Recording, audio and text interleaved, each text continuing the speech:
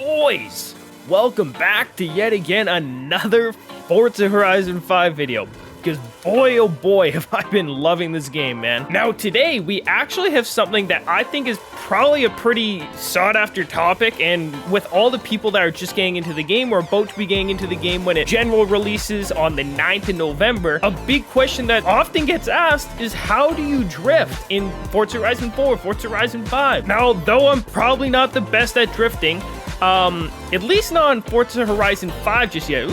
I do have a very good understanding of how to do it because I drifted quite a bit in Forza Horizon 4 and I make quite a large number of drift tunes. So what I'm doing today is I'm going to be breaking it up essentially into 3 parts. All the parts are going to be in this video, but like just 3 different main things when you're drifting that you have to focus on. And although I am driving on a wheel right now, everything I'm saying is gonna be applicable if you were to use it on controller. It's all pretty much works the same. It's just for me, my wheel has to turn 900 degrees before I'm going one way or another. And if you're on controller, it's just like a little bit quicker to turn left and right, but all the same principles are gonna apply.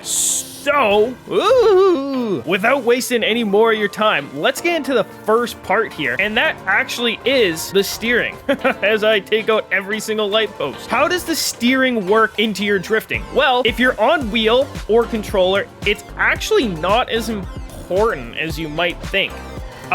Generally when I'm drifting on the wheel, there's a lot of stuff in the city. Let's get somewhere less crowded. Give me a minute here. Also, before it comes up, just the drift tune of the Supra I'm using in this video is right there. It's just the Mark V Supra, the 2020 173012724. You're welcome to use it. Anyways, let's do a bit of drifting at the festival here. Since it's a little more open, I can kind of show you guys what I mean with the wheel.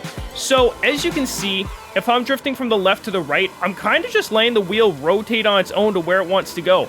And I guess on controller, it's a little bit different. And obviously, to some degree, you are controlling it, especially if you're going around tighter corners. But you're not like forcibly choosing like each direction, unless you're on like a 270 degree rotation or on controller. But like it's mostly you kind of just let the car go where it wants to go and follow and steer opposite. So how steering and drifting works is as your body of your car points one way, your tires are pointing the opposite. So let's take a look at that. My car is angled right now. My wheels are all the way turned left. I'm trying to like draw out the drift just to prove in the point. But as you can see, body was right, wheels were left, perpendicular. And essentially what that is, you're just trying to pull your body of your car back to the other way, and then your wheels do the opposite thing. And this is pretty much just how drifting works. So as far as steering, in my opinion, it's probably the easiest thing to learn about drifting, because if you've ever watched the movie Cars, it's literally turn right to go left, turn left to go right.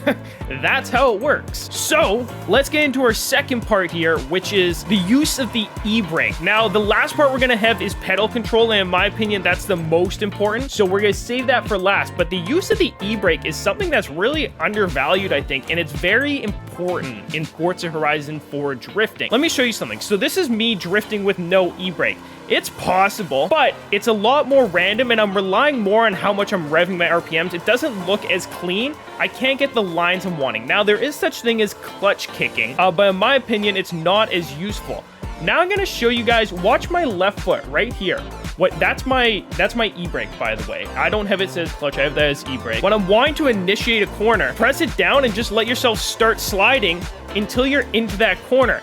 And that's when you start laying on the gas and gradually building your way into it, but we're gonna cover that in just a second. What we're focusing on now is e-brake. And the e-brake can do 2 things that are very important for you. The first thing, it can start your rotation and your car to start turning to the angle that you want to enter your drift. The second thing it can do, and this is in my opinion the most important thing, and it's kind of slept on, and you'll probably see a lot of like people doing it or notice it now that you are knowing about this, but it can help you hold your drift. Say you want to just stay left like this, hold the e-brake and just slide into your drift and then take over with the gas. If you're about to lose a drift, e-brake. It's literally that easy. I'm not showing it off right now too well. It's kind of slick. I don't know if this ever dries up. It's not raining. Anyways though, e-brake, more important than you think. Just get used, and also it's different for every car. Not every single car you're going to be using the e-brake the same way. Just get used to feeling out how a car feels, and that's generally how much e-brake you're gonna need. For most of the time, it's just gonna be little taps, but every now and then, like right there, you gotta hold it to continue the drift around that corner. It's tricky to explain, but very, very key. Now, boys, it's time for the most important thing when it comes to clean lines and drifting, and that is, oh, finally dried up. Let's go. And that is even more important than braking, which I don't really brake ever. I just use my e-brake. Pedal control. Pedal control is so insanely important because I feel like most of the time when people get into drifting, they want to hold the gas down all the way, all the time. And there's some instances where that can work, and there's some cars that I guess that works with. But for the most part, and especially if you're playing on wheel, it's figuring out how much to feather in order to hold the drifts you want to, and knowing when to let off the gas, and just gradually putting more gas onto your car. It's so arbitrary to explain. Arbitrary? Is that the proper word? But a mixture of good e-brake control and good pedal control is gonna make you a phenomenal drifter. Let me show you kind of what I mean here, or at least try to. I'm gonna get to the drag strip here because I feel like that's a good opportunity for me to show you, because it's just like a straight line, so I can kind of be open and not have to worry about hitting anything. So lots of the time you're gonna be drifting straight roads, and while you're drifting a straight road, you probably are gonna be wanting to transition from the left to the right. And although you probably could in some instances just have your gas down all the way, it's not gonna look as clean, and you're not gonna be able to hold those chains to where you want to hold them to. So see if you can notice my foot here as I'm switching from left to right on every drift. As I'm literally, as the car is centered, my foot's off the gas. As it starts turning the other way, a little bit of gas again. I feel like I should have set up like some sort of foot camera, but I think like you can see, okay, my foot going down, coming up. And even if you're going around a corner like this, foot just slightly down, and this is a mixture of e-brake and pedal control, because look, too much pedal, you're gonna go into that wall. But that doesn't mean you have to shift gears. If you have good pedal control, this is maybe me being lazy, for the most part, you can just stay in one single gear. That's why I like to tune all my drift tunes in a certain way, so that 4, 5, 6, 7th gear are all very similar, so I can just pick one and generally stay in it. Anyways, boys, I think I covered the most important steps of drifting in this game. And now, obviously, I didn't display it perfectly. I'm still myself getting used to drifting in this game. It's a lot different than Forza Horizon 4, but the principles are the same.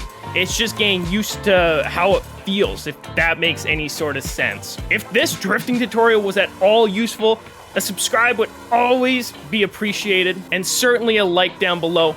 Stay tuned, we're gonna have another video out today. We're grinding the uploads as much as possible. There's so much to do. It's gonna be showing off every single drag strip in Forza Horizon 5. So that's gonna be all from me this video, boys. Stay sexy. We'll catch you in the next one. Peace. Oh, what a drift, baby.